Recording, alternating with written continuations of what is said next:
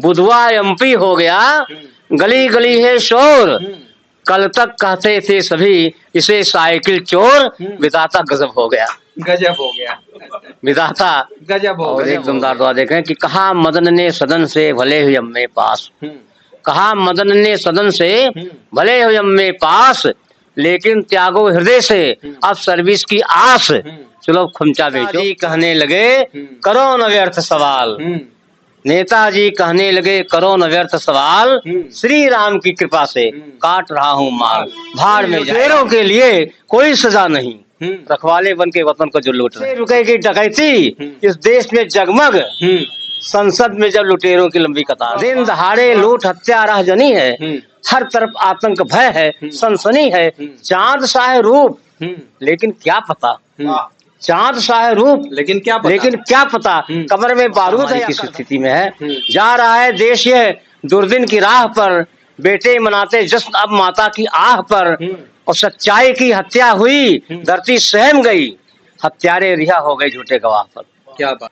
होती है तरक्की जब किसी एकलव्य की उसका अंगूठा ही काट लिया जाए। कहा बहू ने प्रभु से सुन लीजिए फरियाद, 5 रुपये का प्रभु बांटूंगी प्रसाद। मरेगी बुढ़िया जिसों की कुर्सी पर कौओं का अधिकार हो गया। तब से है मित्रों जगमग का हर दोहा। मेरी सुविधाओं का ख्याल करते हुए ये सचमुच दिवंगत हो जाएंगे आप। मेरी सुविधाओं का ध्यान रखते हुए ये सचमुच दिवंगत हो जाएंगे आप। तो दुनिया के सामने चिल्ला चिल्ला कर कहूंगा कि कितना लायक था हमारा बाप। दोस्तों नमस्कार, मैं हूं धर्मेंद्र पांडे और आप देख रहे हैं गांव गाथा। आज हमारे साथ इस साहित्यिक परिचर्चा में श्री रामकृष्ण लाल जगमग जी हैं। पिछले एपिसोड में आपसे चर्चाएं हुई थी, हम लोगों ने कुछ अच्छी कविताएं सुनी थी, लेकिन उस एपिसोड को जब हम लोगों ने रिलीज किया तो हमारे कुछ चाहने वाले जो साहित्य अनुरागी लोग थे उन्होंने बड़े अच्छे अच्छे कमेंट्स किए और उस एपिसोड को काफी सराहा। उससे हम लोग उत्साहित हुए और हम लोगों ने सोचा कि एक लंबा और बड़ा एपिसोड हम लोग बनाते हैं सर के साथ। और इसी कड़ी में मैं बहुत ज्यादा भूमिका नहीं बांधूंगा, यहाँ पे सीधे मैं स्वागत करूंगा जगमग सर का, ताकि वो आप अपनी कविताओं से हमारे दर्शकों को का मनोरंजन कर सके, उन्हें एक दिशा दे सकें। तो सर बहुत बहुत स्वागत हमारे चैनल पे। बहुत बहुत धन्यवाद। मैं हास व्यंग रचनाएं भी लिखता हूँ जी, और साथ ही साथ गंभीर रचनाएं भी। बिल्कुल। तो कुछ मुक्तक पहले सुने। बिल्कुल। हर विधा में कुछ न कुछ सुनाने का प्रयास करूंगा। व्यवस्था के बंधन सभी अब टूट रहे हैं, व्यवस्था के बंधन सभी अब टूट रहे हैं, आजादी के सुनहरे घड़े फूट रहे हैं। अच्छा। इन लुटेरों के लिए कोई सजा नहीं, रखवाले बन के वतन को जो लूट रहे हैं। क्या बात है, क्या बात है। व्यवस्था के बंधन सभी अब टूट रहे हैं, आजादी के सुनहरे घड़े फूट रहे हैं, इन लुटेरों के लिए कोई सजा नहीं, रखवाले बन के वतन को जो लूट रहे हैं। एक मुक्तक देखें कि पंछी इन लथपथ खून से उजरा दयार है, पंछी इन लथपथ खून से उजरा दयार है, घुंघरू लुटा लुटा सा है टूटा सितार है। क्या बात। पंछी इन लथपथ खून से उजरा दयार है, पंछी इन लथपथ खून से उजरा दयार है, घुंघरू लुटा लुटा सा है टूटा सितार है। कैसे रुकेगी डकैती इस देश में जगमग, संसद में जब लुटेरों की लंबी कतार है। वाह वाह वाह वाह। एक मुक्तक आप देखें कि दिन दहाड़े लूट हत्या राहजनी है, दिन दहाड़े लूट हत्या राहजनी है, हर तरफ आतंक भय है, सनसनी है। दिन दहाड़े लूट हत्या राहजनी है, हर तरफ आतंक भय है, सनसनी है। चांद सा है रूप लेकिन क्या पता, चांद सा है रूप लेकिन क्या पता कमर में बारूद है या करधनी है। कमर में बारूद है या करधनी है। चांद सा है रूप लेकिन क्या पता कमर में बारूद है या करधनी है। एक मुक्तक देखें कि बोलने वाले को डांट लिया जाता है, बोलने वाले को डांट लिया जाता है, अर्जुन को एक तरफ छांट लिया जाता है। अच्छा। होती है तरक्की जब किसी एकलव्य की उसका अंगूठा ही काट लिया जाता है। क्या बात है। वाह। बोलने वाले को डांट लिया जाता है, अर्जुन को एक तरफ छांट लिया जाता है। होती है तरक्की जब किसी एकलव्य की उसका अंगूठा ही काट लिया जाता है। एक मुक्तक आप देखें कि जो है कि हर तरफ आतंक का ही जाल है, हर तरफ आतंक का ही जाल है, खून से लथपथ शहर का हाल है। हर तरफ आतंक का ही जाल है, खून से लथपथ शहर का हाल है। आए हो संवेदना तुम व्यक्त करने, आए हो संवेदना तुम व्यक्त करने, ये तुम्हारी सियासी चाल है। वाह वाह, यह तुम्हारी ही सियासी चाल है, यह तुम्हारी ही सियासी चाल है। और एक मुक्तक देखें कि जा रहा है देश यह दुर्दिन की राह पर, जा रहा है देश यह दुर्दिन की राह पर, बेटे मनाते जश्न अब माता की आह पर। आज भारत माता हमारी किस स्थिति में है। जा रहा है देश यह दुर्दिन की राह पर, बेटे मनाते जश्न अब माता की आह पर। और सच्चाई की हत्या हुई, धरती सहम गई, हत्यारे रिहा हो गए झूठे गवाह पर। क्या बात, हत्यारे रिहा हो गए झूठे गवाह पर। एक मुक्तक देखें, कितनी कदमों से प्रगति पथ पर बढ़ रहे हैं, कितनी कदमों से प्रगति पथ पर बढ़ रहे हैं, एक करेली नीम पर चढ़ रहे हैं। कितनी कदमों से प्रगति पथ पर बढ़ रहे हैं, एक करेले नीम पर चढ़ रहे हैं कई इल्जाम इन पर जुर्म के, दोस्त लेकिन दूसरों पर मर रहे हैं। क्या बात, दोस्त लेकिन दूसरों पर मर रहे हैं कई इल्जाम इन पर जुर्म के, दोस्त लेकिन दूसरों पर मर रहे हैं। और कुछ दूसरे तरह का मुक्तक हाँ बिल्कुल आपको प्रस्तुत है कि अपने और पराये का कुछ ज्ञान नहीं था, अपने और पराये का कुछ ज्ञान नहीं था, सच कहता हूँ ये रिश्ता आसान नहीं था। अपने और पराये का कुछ ज्ञान नहीं था, सच कहता हूँ ये रिश्ता आसान नहीं था। एक झलक में तुम्हें देवता माना मैंने, तुम पत्थर निकलोगे अनुमान नहीं था। एक झलक में तुम्हें देवता माना मैंने, तुम पत्थर निकलोगे ये अनुमान नहीं था। अपने और पराये का कुछ ज्ञान नहीं था, अपने और पराये का कुछ ज्ञान नहीं था, सच कहता हूँ ये रिश्ता आसान नहीं था। एक झलक में तुम्हें देवता माना मैंने, तुम पत्थर निकलोगी ये अनुमान नहीं था। और एक मुक्तक देखें समर्पित है कि अपनी छाया से भी अब डरने लगा हूँ। अच्छा, अपनी छाया से भी अब डरने लगा हूँ, रिक्तता को गीत से भरने लगा हूँ। अपनी छाया से भी अब डरने लगा हूँ, रिक्तता को गीत से भरने लगा हूँ। दोस्तों के कारनामे देखकर, दोस्तों के कारनामे देखकर दुश्मनों से दोस्ती करने लगा हूँ।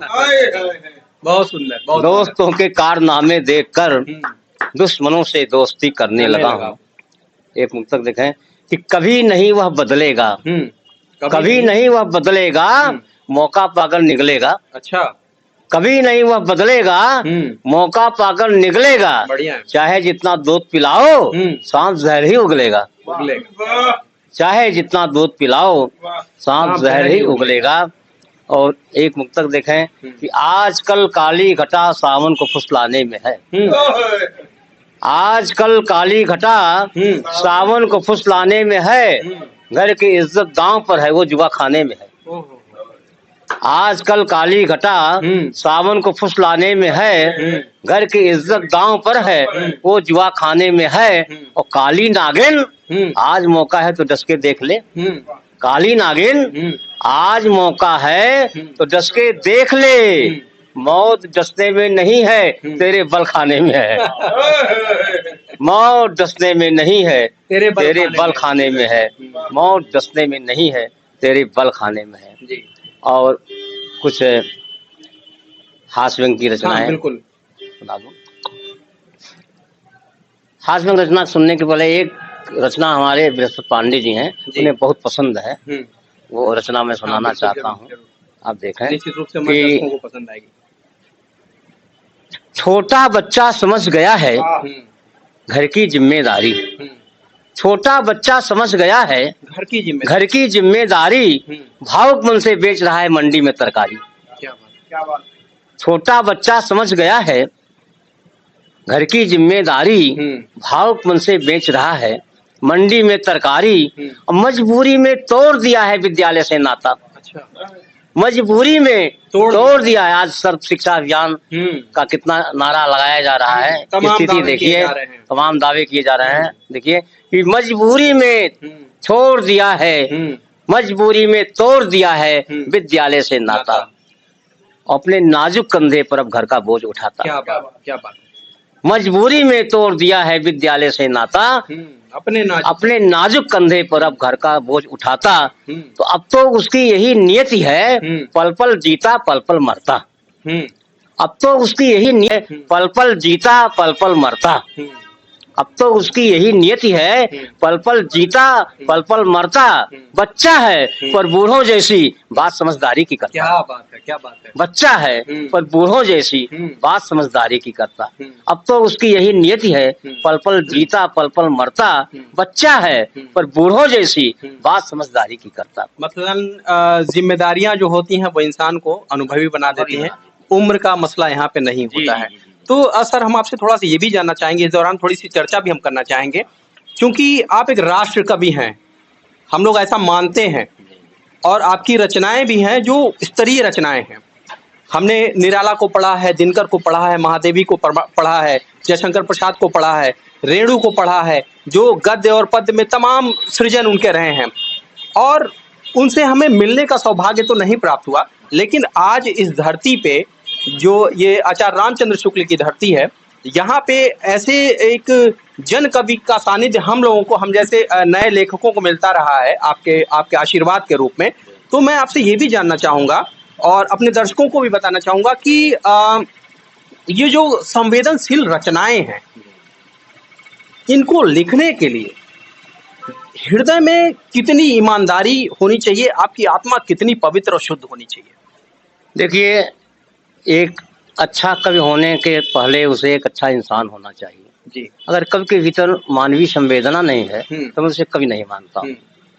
वो व्यवसाय भले कर सकता हो, व्यावसायिक कवि हो सकता है, लेकिन संवेदनशील कवि नहीं हो सकता है। कविता तो संवेदना से पैदा होती है। 4 पंक्तियां निवेदित है कि तुम डरो कुछ लोग से परलोक से, तुम डरो कुछ लोग से परलोक से, मत लिखो नफरत कलम की नोक से। क्या बात है। तुम डरो कुछ लोग से परलोक से, मत डरो नफरत, मत लिखो नफरत कलम की नोक से, मत लिखो नफरत कलम की कोक, मत लिखो नफरत, मत लिखो नफरत कलम की नोक से। और कर्म कवि का है नहीं आसान इतना, कर्म कवि का है नहीं आसान इतना, उपजती कविता व्यथा की कोख से। क्या बात है। उपजती कविता व्यथा की कोख से, तुम डरो कुछ लोग से परलोक से, मत लिखो नफरत कलम की नोक से। और कर्म कवि का है नहीं आसान इतना, उपजती कविता व्यथा की कोख से।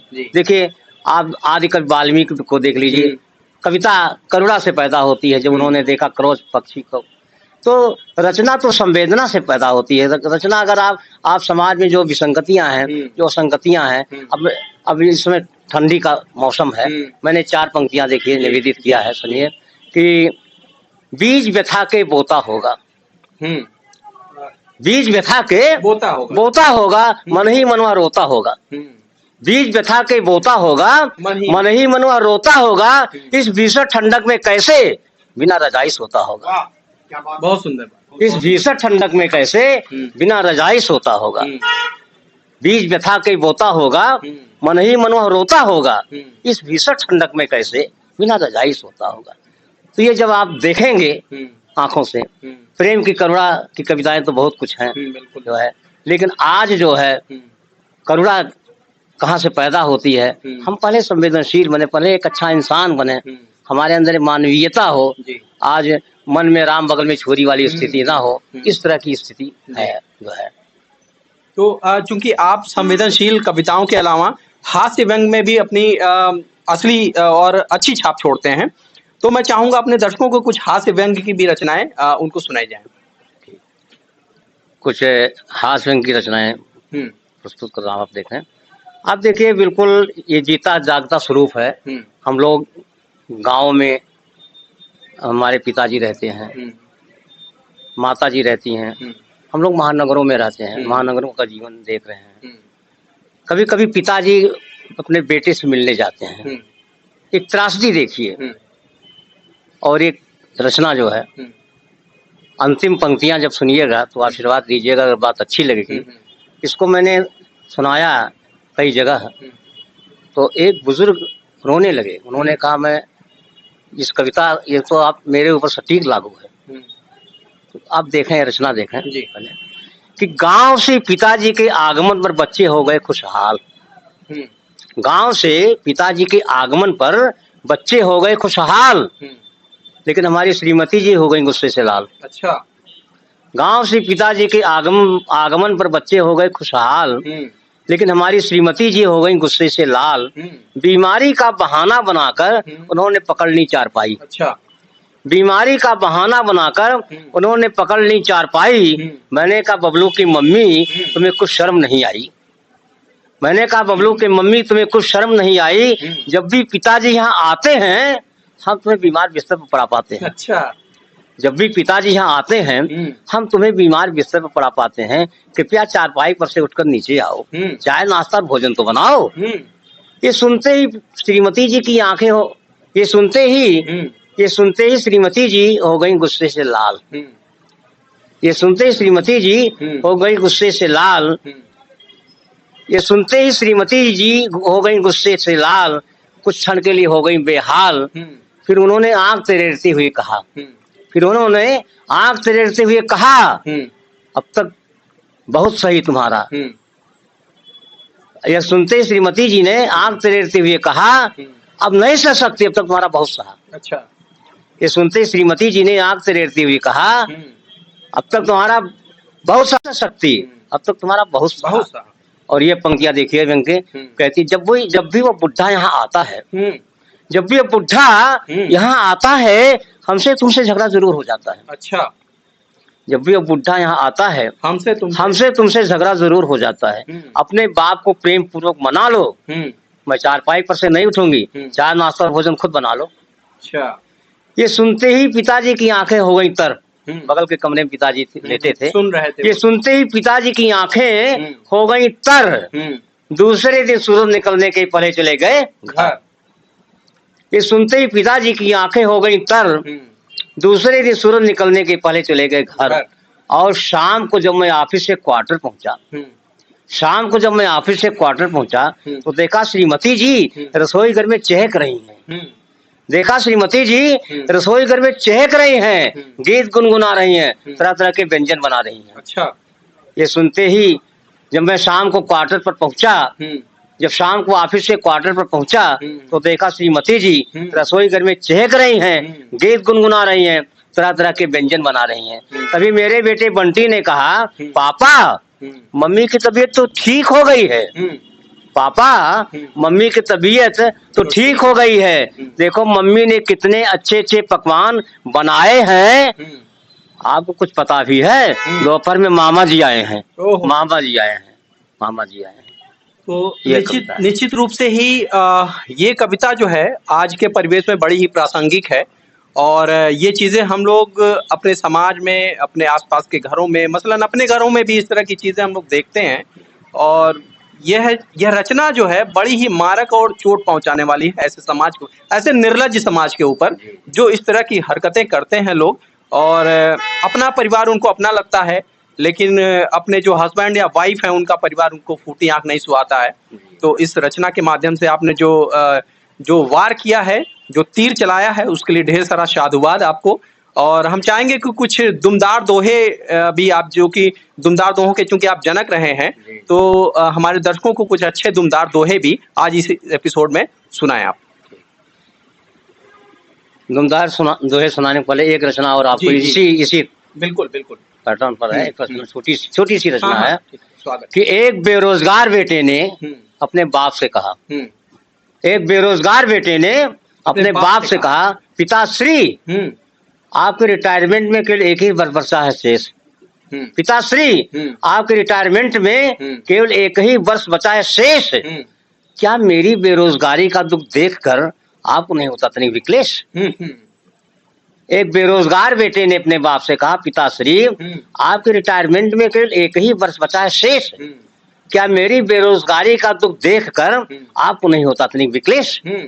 कृपया मेरे पर रहम खाइए, अपने मरने का कोई रास्ता अपनाइए।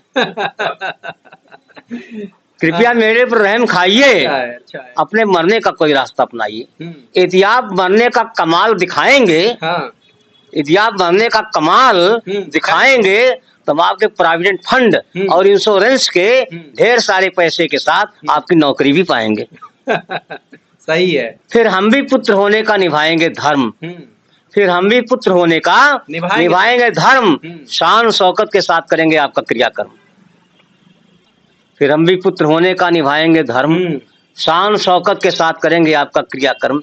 मेरी सुविधाओं का ख्याल करते हुए ये सचमुच दिवंगत हो जाएंगे आप। मेरी सुविधाओं का ध्यान रखते हुए ये सचमुच दिवंगत हो जाएंगे आप। तो दुनिया के सामने चिल्ला चिल्ला कर कहूंगा कि कितना लायक था हमारा बाप, कितना लायक था हमारा बाप, कितना लायक था हमारा बाप। बहुत सुंदर, बहुत सुंदर। ये है। और अब कुछ दुमदार दोहे जो है कुछ जिसके लिए मैं पूरे देश में जाना चाहता हूँ। और मेरी पहली पुस्तक चाशनी 1974 में प्रकाशित हुई, उसका 5 एडिशन प्रकाशित हो चुके हैं। 6ठा एडिशन अब इस समय प्रेस में है। तो उसकी बहुत लोकप्रियता हुई और 5 एडिशन जिस पुस्तक के प्रकाशित हो। तो हमारे जो है अग्रज जो इस दुनिया में नहीं है, सर जोशी जी मुझे बहुत स्नेह देते थे, उनका आशीर्वाद मुझे समय समय पर मिलता रहता था। तो शरद जोशी जी ने कहा कि जंगम जी ये दुमदार दोहे तो आपके बहुत अच्छे हैं। उन्होंने बड़ी मुक्त कंठ से गाजीपुर के कक्षण में मेरी तारीफ की थी, मुक्त कंठ से जब मैंने मंच पर सुनाया। और तो विसंगतियों पर उन्होंने कहा कि ये दुमदार दोहे आपने लिखा क्यों? तो मैंने हंसकर कहा और उन्होंने हंसकर ही उसको आशीर्वाद दिया अपना। मैंने कहा जब से हंसों की कुर्सी पर कौओं का अधिकार हो गया, तब से ही मित्रों जगमग का हर दोहा दुमदार हो गया। बहुत सुंदर। कुछ दुमदार दोहे पहले सुनाया था, कुछ और दुमदार दोहे देखा। पुत्रों के सम्मान को रखिए आप सहेज, पुत्रों के सम्मान को रखिए आप सहेज, मूछ ऐंठ कर ब्याह में लीजिए खूब दहेज, चूसिए गन्ने जैसा, चूसिए गन्ने जैसा। कहा सुता के बाप ने अब क्या मिलना यार, कहा हमारे यहाँ शादी ब्याह मिलना होता है। तो कहा सुता के बाप ने अब क्या मिलना यार, नींबू सा जब आपने मुझे लिया है गार, तब क्या गले मिलेंगे। सही है। तो अब क्या गले मिलेंगे। कहा बहू ने प्रभु से सुन लीजिए फरियाद, ये 1974 का दुमदार दोहा, उसमें 5 रुपया बहुत मायने रखता था। तो कहा बहू ने प्रभु से सुन लीजिए फरियाद, 5 रुपये का प्रभु बांटूंगी प्रसाद, मरेगी बुढ़िया जिस दिन। सही ये व्यंग है। नेताजी कहने लगे शंकर भोलेनाथ, नेताजी कहने लगे शंकर भोलेनाथ, सुबह सुबह हे प्रभु झुका रहा हूँ माथ, फंसा दो मुर्गा कोई, सही है, फंसा दो मुर्गा कोई। और ये दुमदार दोहा देखिए कि परिवर्तन अद्भुत हुआ, लुप्त हुआ सम्मान, परिवर्तन अद्भुत हुआ, लुप्त हुआ सम्मान, युग के तुलसीदास का होता है अपमान, भाट के दिन चटके हैं, भाट के दिन चटके हैं। और एक दुमदार दोहा देखें कि कहा मदन ने सदन से भले हुए अम्मे पास, कहा मदन ने सदन से भले हुए अम्मे पास, लेकिन त्यागो हृदय से अब सर्विस की आस, चलो खुमचा बेचो, चलो अब खुमचा बेचो। और एक जमाना था मुझे लिखना पड़ा था, मैं प्रतीकों के माध्यम से और इशारों से कह रहा हूँ बात कि बुधवा एमपी हो गया, अच्छा गली गली है शोर, बुधवा एमपी हो गया, गली गली है शोर, कल तक कहते थे सभी इसे साइकिल चोर, विधाता गजब हो गया, गजब हो गया, विधाता गजब हो गया। बुधवा एमपी हो गया, गली गली है शोर, कल तक कहते थे सभी इसे साइकिल चोर, विधाता गजब हो गया। तो एक इसी तरह से तमाम दुमदार दोहों की श्रृंखला है जो है। और अंतिम दुमदार दोहा देखें कि आजकल चोरी की समस्याएं हैं, बहुत से कवि चोरी की कविता सुना रहे हैं मंच पर। और मेरे ही सामने एक कवि ने मेरी कविता सुनाई, तो जब लोगों ने टोका कि तो जगमग जी की कविता है, तो उन्होंने कहा मैं कहाँ कह रहा हूँ कि मेरी कविता है, मतलब इस स्तर पर भी लोग उतर आए हैं कि एक कवि सम्मेलन में मैं चित्रकूट में गया था, वहाँ संचालन कर रहा था जी। चित्रकूट कवि सम्मेलन में। जी। तो वहाँ मैंने देखा कि एक रचनाकार शैल चतुर्वेदी की कविता सुना रहा था। बताइए, नजर की करंट, उनकी बहुत मशहूर कविता है और बहुत धड़ल्ले से वो कविता पाठ कर रहा था, लेकिन मुझसे तो नहीं रहा गया। मैंने कहा, मित्र, कविता लिखना कोई जरूरी नहीं, कवि होना कोई आवश्यक नहीं है। अगर आप अपनी कविता ना सुना सकें, ना लिख सकें, कम से कम चोरी तो ना कम से कम इस तरह जो है अपनी टूटी फूटी जो भी रचनाएं हैं वो सुनाइए। लेकिन इस तरह की रचनाएं, उनको कुछ बुरा भी लगा, लेकिन मेरे मुंह से निकल ही गया। तो मैंने लिखा कि कवि की गीत सुनाए मंच पर ज्यों कविराम सभीत, गीत सुनाए मंच पर ज्यों कविराम सभीत, बोले त्यों धर्मेंद्र जी यह तो मेरा गीत अभी चोरी करता है, अभी चोरी करता है। इस तरह से बहुत सारे दुमदार दोहे हैं। एक दुमदार दोहा है कि पत्नी के ही नाम का जाप करें हर वक्त, पत्नी के ही नाम का जाप करें हर वक्त, आडंबर को छोड़कर बनिए पत्नी भक्त, नहीं तो मिट जाएंगे, नहीं तो मिट जाएंगे। एक दुमदार दोहा है कि मंत्री जी क्या दूं तुम्हें पीने को इस वक्त, मंत्री जी क्या दूं तुम्हें पीने को इस वक्त, इस शरीर में है नहीं एक बूंद भी रक्त, पीस कर पी लो हड्डी, पीस कर पी लो हड्डी। और बहुत सारे दुमदार दोहे हैं जी, और काफी देर से सुना रहा हूँ जी जी। और मैं अंत में 4 पंक्तियों से जी, 4 पंक्तियां निवेदित हैं कि तुम्हें राहे उल्फत दिखाता रहूंगा, तुम्हें राहे उल्फत दिखाता रहूंगा, भले लाख रूठो मनाता रहूंगा। वाह वाह वाह। तुम्हें राहे उल्फत दिखाता रहूंगा, भले लाख रूठो मनाता रहूंगा, यही है तमन्ना चले सांस जब तक, मोहब्बत की महफिल सजाता रहूंगा। बहुत सुंदर, बहुत सुंदर। यही है तमन्ना चले सांस जब तक, मोहब्बत की महफिल सजाता रहूंगा। तो मैं हमेशा यही कामना करता हूँ कि सारा संसार सुखी हो, हम लोग सुखी जीवन व्यतीत करें, सब का जीवन खुशहाल हो, सब प्रसन्नता का अनुभव करें और मानवता को गले लगाएं। सच्चे अर्थों में आज हमारी मानवता जो है खतरे में है। हम इंसान से दूरी बनाए हुए हैं, इस दूरी को मिटाना होगा, हमें एकता का सूत्रपात करना होगा और हमें एक होना पड़ेगा। जब तक हमारे अंदर संवेदना नहीं होगी तब तक हम कभी हो ही नहीं सकते। सबसे पहले मैं आप निवेदन करूंगा कि हम पहले एक अच्छा इंसान बने, उसके बाद कभी बने। जी, धन्यवाद। तो दोस्तों, आप हमारे साथ इस एपिसोड में देख रहे थे जगमग सर को। कितनी सुंदर सुंदर रचनाएं इन्होंने सुनाई, संवेदनशील रचनाएं पढ़ी गई, हास्य व्यंग की रचनाएं पढ़ी गई। और ऐसे वक्त में जब हिंदी भाषा अगर हम कहें तो बड़ी ही तंगी से गुजर रही है।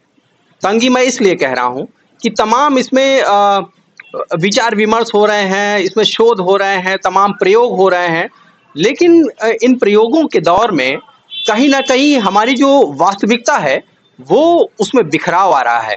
तो आज एक जन कवि अगर इस बिखराव को समेटने की कोशिश कर रहा है तो आप उनको उस ऐसे कवि के रूप में जगमग जी को ले सकते हैं उदाहरण के तौर पे। और इसी तरह की हम कविताएं, रचनाएं अपने चैनल गांव गाथा पर लाते रहेंगे। और इसके साथ मुझे बताते हुए काफ़ी खुशी हो रही है कि मैंने अपना एक चैनल जो साहित्यिक चैनल है जिसका नाम है गुलदस्ता, उस पे भी हम इस तरह की रचनाएं, आप ही की तरह के कवियों की रचनाएं और कुछ युवा कवियों की रचनाएं अपने मंच पर, अपने प्लेटफॉर्म पर देते रहेंगे। इसके माध्यम से आपका मनोरंजन करते रहेंगे। तब तक के लिए बने रहिए हमारे साथ। बहुत बहुत धन्यवाद।